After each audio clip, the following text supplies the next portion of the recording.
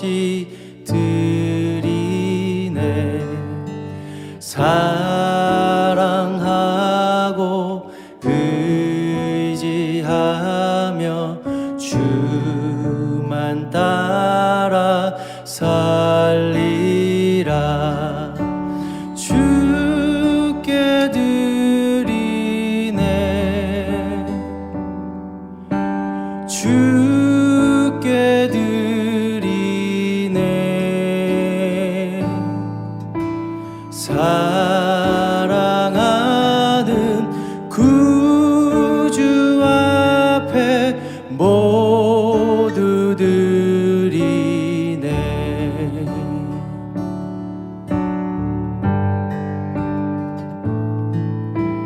내게 있는 모든 것을 겸손하게 드리네. 세상 욕심 멀리하니 나를 받아 주소서. 주께 드리네. 주께 드리네. 사랑하는 구주 앞에 모두 드리네. 내게 있는 모든 것을 주를 위해 드리네. 주의 성령 충만하게 내게 내려 주소서. 주께 드리네. 주께 드리네.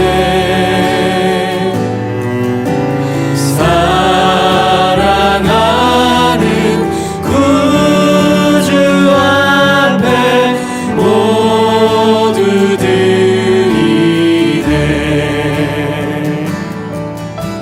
주께 드리네. 주께 드리네.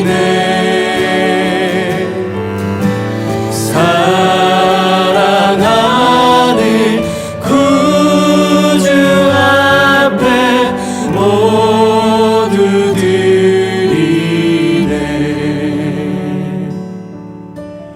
주께 드리네. 주께 드리네.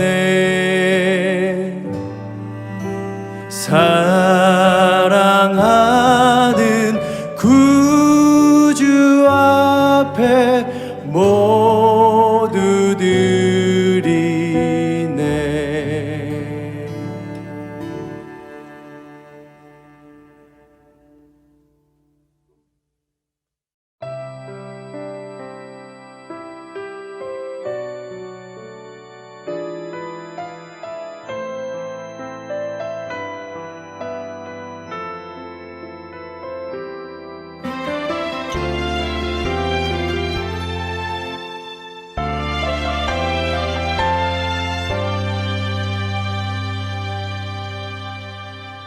허무한 시절 지날 때, 깊은 한숨 내쉴 때, 그런 풍경 보시며 단식하는 분 있네.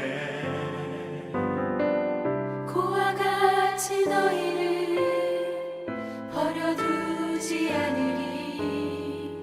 내가 너희와 영원히 함께하리라. 성령이 오셨네. 성령이 오셨네. 내 주에 보내신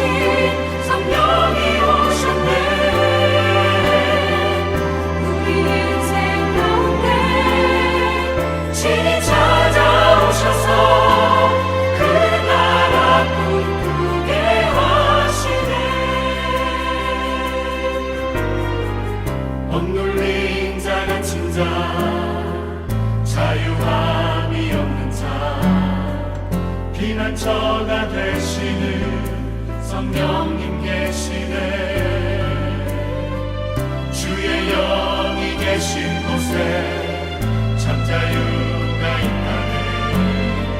진리의 영이신 성령이 오셨네. 성령이 오셨네. 성령이 오셨네. 내 주에 보내신 성령이 오셨네.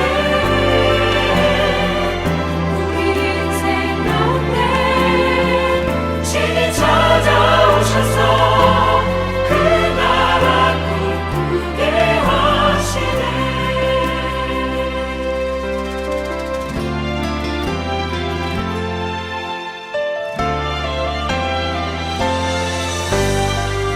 성령이 오셨네.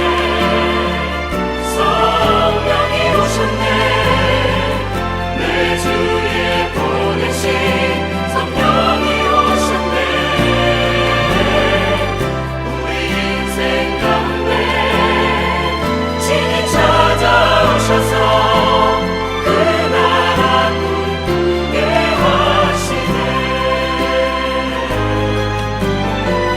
성령이 오셨네.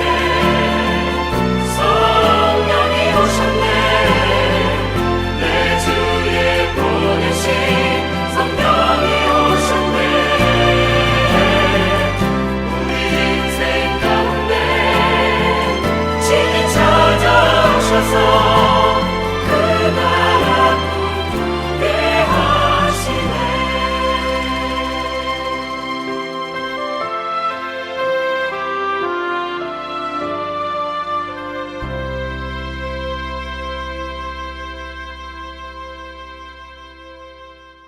(2021년 9월 17일) 6.19 온전함 기도회에 참석하신 한 분 한 분 주님의 이름으로 환영하고 축복합니다. 오늘 우리가 같이 볼 말씀은 사사기 20장 17절에서 28절 말씀입니다. 사사기 20장 17절에서 28절 제가 봉독하도록 하겠습니다.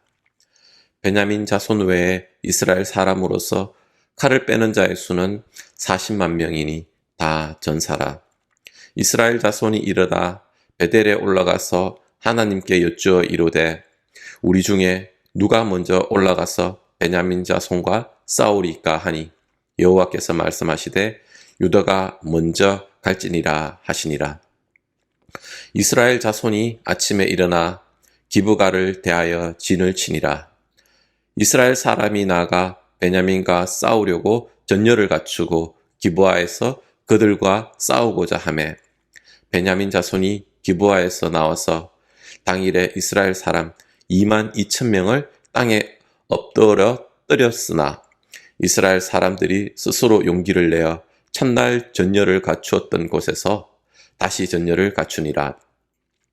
이스라엘 자손이 올라가 여호와 앞에서 저물도록 울며 여호와께 여쭈어 이르되 내가 다시 나아가서 내 형제 베냐민 자손과 싸우리까 하니 여호와께서 말씀하시되 올라가서 치라 하시니라.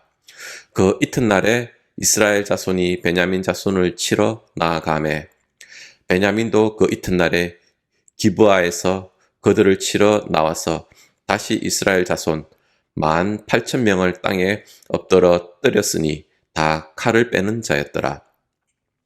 이에 온 이스라엘 자손 모든 백성이 올라가 베델에 이르러 울며 거기서 여호와 앞에 앉아서 그 날이 저물도록 금식하고 번제와 화목제를 여호와 앞에 드리고 이스라엘 자손이 여호와께 물으니라. 그때에는 하나님의 언약궤가 거기 있고 아론의 손자인 엘르아살의 아들 비느하스가 그 앞에 모시고 섰더라. 이스라엘 자손들이 여쭙기를 우리가 다시 나아가 내 형제 베냐민 자손과 싸우리까 말리까 하니 여호와께서 이르시되 올라가라. 내일은 내가 그를 내 손에 넘겨주리라 하시는지라. 오늘의 본문 전후 맥락을 이해하지 못하고 오늘의 묵상 구절만 읽을 때에는 이해되지 않는 부분이 많을 것 같습니다. 사사기 19장에서 21장까지의 내용에서는 한 레위 사람과 그의 첩에서 발생한 사건이 발단이 되어 이스라엘 11지파와 베냐민 지파가 전쟁을 하게 되는 내용입니다. 19장부터 간단히 살펴보도록 하겠습니다. 지난 14일 화요일 묵상 부분에서 한 레위 사람이 베들레헴에서 한 여자를 첩으로 데려오고 무슨 일로 화가 난 그 여인은 다시 유다 땅 베들레헴 자기 친정이 있는 곳으로 돌아갔습니다. 그리고 넉 달 뒤 그 레위 사람이 그 첩을 데리러 베들레헴에 갔고 그곳에서 5일을 유하며 즐기다 되돌아오는 길에 베냐민 지파가 사는 기브아 지역에서 하룻밤을 지내게 된다는 내용이었습니다. 수요일 묵상 구절은 기브아에서 한 노인이 그 레위인을 집으로 청하여 묵게 되는데 성읍의 불량배들이 찾아와 그 집에 묵고 있는 사람을 내놓으라 행패를 부리고 그들과 성관계를 갖겠다는 것이었습니다. 그래서 그 노인은 레위 사람의 첩을 그 사람들에게 내어주게 되고 그 불량배들은 그 여인을 윤관한 뒤 동이 틀 때야 놓아주는데 그 여인은 죽고 말았습니다. 그 레위 사람은 집으로 와서 자신의 첩의 시신을 12토막을 내어 이스라엘 각 지파에 보내게 되었습니다. 어제 묵상한 부분에서 이스라엘 민족이 그 일이 일어난 베냐민 지파에 사람을 보내어 그 악한 일을 저지른 불량배를 넘겨달라고 하였으나 베냐민 지파는 이를 거부하고 그로 인해 베냐민 지파와 나머지 11지파 간의 전쟁이 촉발되게 되었습니다. 그리고 오늘 묵상 부분으로 이어지게 됩니다. 오늘 묵상 본문에서는 이스라엘 11민족에서 40만 명의 용사를 모아 베냐민 지파와 전쟁을 준비하였습니다. 이스라엘 민족은 하나님께 어느 민족이 먼저 올라가 베냐민 자손과 싸워야 할지를 묻습니다. 하나님은 유다가 먼저 올라가라 라고 대답하십니다. 이 사건이 빌미가 된 사람, 즉 레위인의 첩이 유다 베들레헴 사람이었기 때문에 그렇게 답하신 것이 아닌가 하는 의견도 있는데 성경에서는 하나님께서 그 이유를 설명하시지 않으셨기에 확정할 수는 없습니다. 이스라엘 사람들은 하나님 말씀에 순종하여 아침 일찍 진영을 갖추었습니다. 베냐민과 싸우기 위해서 기브아 맞은편에 진을 치고 싸울 채비를 하였습니다. 그러나 베냐민 자손이 기브아에서 나와 이스라엘 사람 2만 2천 명을 쓰러뜨리고 승리하게 됩니다. 이후 이스라엘 사람들은 스스로 용기를 내고 첫날에 갖추었던 전열을 다시 갖추었습니다. 그리고 그들은 여호와 앞에 저물도록 울며 여쭈었습니다. 내가 다시 나아가 내 형제 베냐민 자손과 싸우리이까. 이에 여호와께서 올라가서 싸우라 라고 하셨습니다. 이스라엘 백성이 이튿날 베냐민 자손을 대항하여 나아갔습니다. 하지만 그 결과는 첫 번째 전투와 크게 다르지 않았습니다. 이스라엘 자손 18,000명이 땅에 엎드러졌고 이때 희생한 사람들은 모두 칼을 빼는 자였더라고 하고 있습니다. 이스라엘은 두 번째 전투에서 패하고 모든 백성이 베델에 이르러 울며 여호와 앞에 앉아 그날이 저물도록 금식하고 번제와 화목제를 여호와 앞에 드렸습니다. 그리고 여호와께 여쭈었습니다. 우리가 또다시 올라가서 우리의 동기 베냐민 자손과 싸워도 되겠습니까? 이때 여호와께서 올라가거라. 내일은 틀림없이 내가 그들을 너희 손에 넘겨주겠다 라고 대답하였습니다. 왜 하나님께서 애굽에서 400년간 종살이에 있던 이스라엘 민족을 약속의 땅 가나안으로 인도해 내셨습니까? 하나님께서 이스라엘 민족이 애굽 땅에서 신음하는 소리를 들으셨고 안타까운 마음에 그들이 마음껏 하나님께 예배할 수 있도록 그렇게 할 수 있는 땅으로 인도하셨던 것이 아닙니까? 그 땅이 그들이 조상에게 약속한 가나안 땅이었는데 그들이 자리를 비운 400년간 이방 민족이 들어와 살던 것을 고려하시고 이스라엘 민족이 그들의 문화에 동화되기를 바라시 않으셨던 하나님께서는 그들을 내쫓아내라는 명령을 하였으나 이스라엘 민족이 하나님의 명령에 불순종하게 됩니다. 그것이 지금까지 그들에게 올무가 되어 오고 있는 것입니다. 오늘 이 전쟁의 발단은 레위인의 첩이 베냐민 족속의 불량배들에게 윤관을 당하고 죽은 일입니다. 그리고 그에 대한 복수의 과정이 민족 내의 전쟁으로 이어지게 되었습니다. 레위인의 첩의 죽음이 그 발단이나 그 깊숙한 내면에는 하나님의 명령의 불순종이 깊숙이 자리 잡고 있습니다. 이스라엘 사람들이 가나안으로 들어오면서 그곳 사람들을 하나님 말씀에 순종해서 이방 사람들을 다 쫓아내고 그곳에서 하나님을 예배하고 섬기고 함께하는 삶을 살았더라면 그곳은 하나님께서 처음 아담과 하와를 위해서 지으신 에덴 동산이 되지 않았을까 생각합니다. 사사기 2장 2절에서 3절에 보면 이렇게 기록하고 있습니다. 여호와의 사자가 말씀하시는 장면입니다.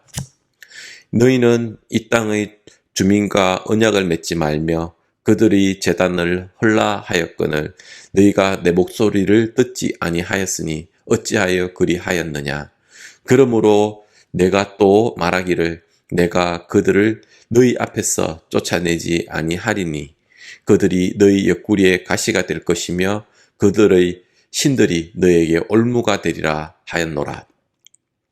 오늘 본문의 말씀은 사사기를 시작하면서 하나님께서 예언하신 그 내용이 실제 현실화되는 장면입니다. 하나님 말씀에 온전하게 순종하지 못하고 적당한 타협 가운데 지내오면서 그들도 모르게 이방 문화에 깊숙이 스며들고 있었던 것입니다. 이방 땅의 주민과 언약을 맺지 말라 했는데 이방 신의 제단을 헐라 했는데 그렇게 하지 못했습니다. 그리고 하나님 말씀이 점점 희미하게 되어갔던 것 같습니다. 사사기 여러 군데서 나오는 표현입니다. 사람마다 자기 소견에 옳은 대로 행하였더라.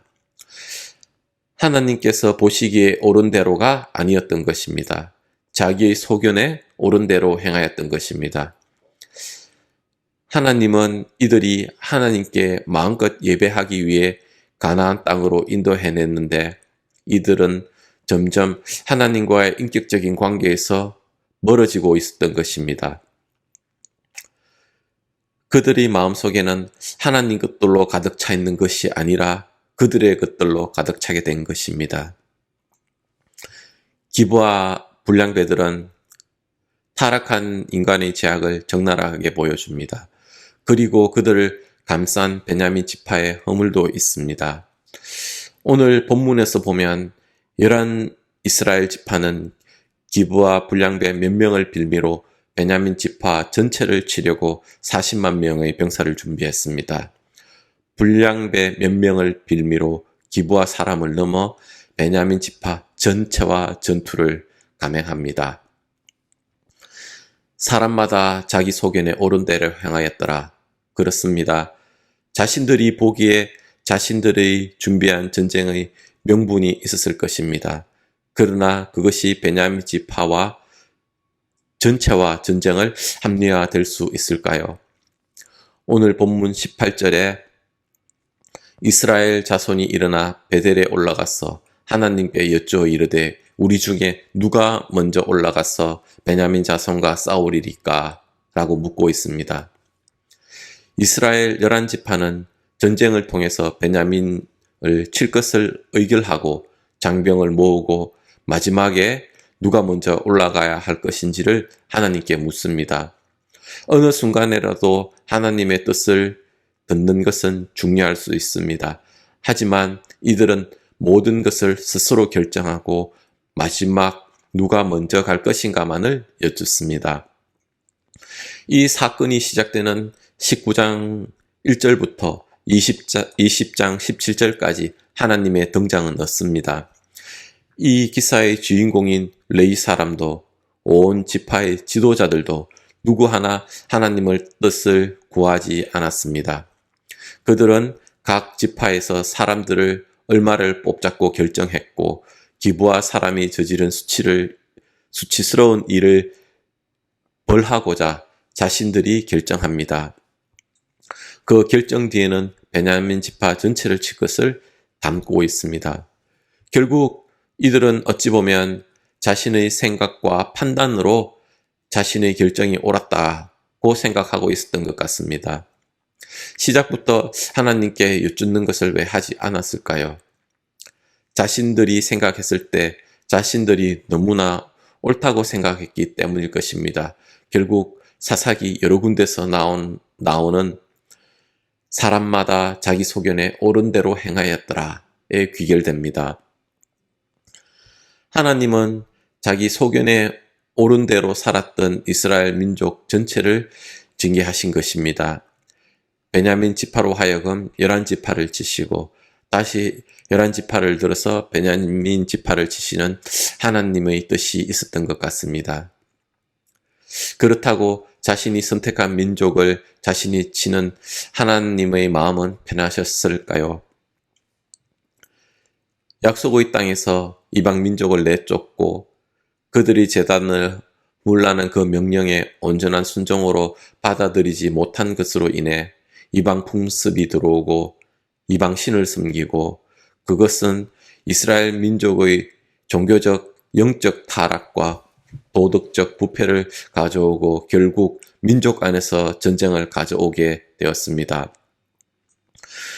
조그만 불순종과 함께 인식하지 못하는 조그만 죄로 시작된 것이 하나님을 떠난 죄악을 통해서 민족 안에서 큰 전쟁으로 이어지는 너무나 안타까운 모습을 보게 됩니다. 하나님께서 원하시는 것은 26절 온 이스라엘 자손 모든 백성이 올라가 베델에 이르러 울며 거기서 여호와 앞에 앉아서 그 날이 저물도록 금식하고 번제와 화목제를 여호와 앞에 드렸고 모든 백성이 회개하고 하나님 앞으로 나오기를 기다리고 계신다는 것입니다. 우리는 이스라엘 사람들, 베냐민 사람들이 살았던 삶과 다른 삶을 살아가고 있습니까? 우리는 우리의 소견이 옳다고 여기고 행하고 있지는 않는지요? 우리는 다른 사람의 죄를 잘 보면서 진작 내 안의 죄에 대해서는 너무 관대하거나 인식도 못하고 살아가고 있지는 않은지요? 말씀의 거울에 우리 자신을 항상 비추어 보며 살지 않는다면 우리도 하나님을 떠난 삶을 사는 그 당시 사람마다 자기 소견에 옳은 대로 행하였더라는 그 이스라엘 사람들과 다를 바 없을 것 같습니다. 날마다 말씀 가운데 하나님 앞으로 나아가는 저와 여러분이 되기를 소망합니다. 먼저 우리 나눈 말씀을 붙들고 함께 기도하겠습니다. 나의 의견에 옳은 대로 행하는 사람이 아니라 날마다 말씀 가운데 하나님 앞으로 나아가며 하나님의 의견을 구하는 자신이 되게 해달라고 기도하겠습니다.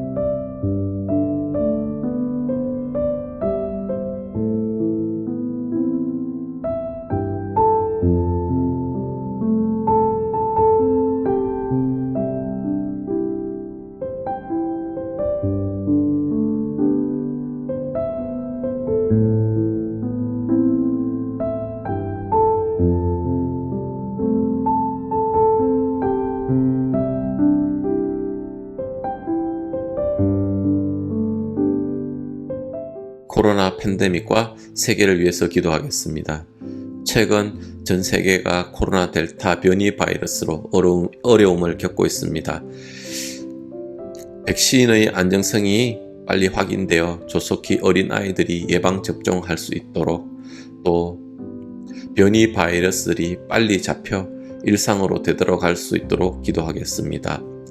어려운 가운데 있는 선교지와 아프가니스탄을 위해서 기도하겠습니다. 코로나 사태를 겪으면서 재정적, 정신적, 영적으로 어려운 분들을 위해서 기도하겠습니다.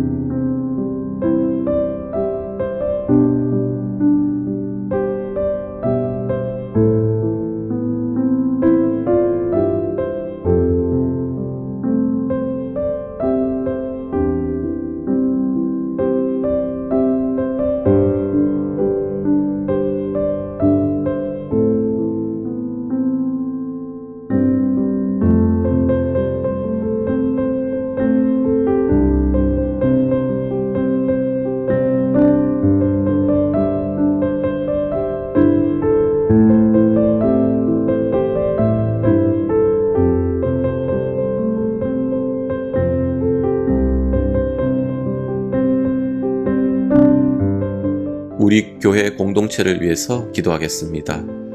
우리 교회의 여러 변화들 가운데 본질을 잘 생각하고 주님께서 주신 비전을 잘 감당할 수 있는 교회가 되도록 기도하겠습니다.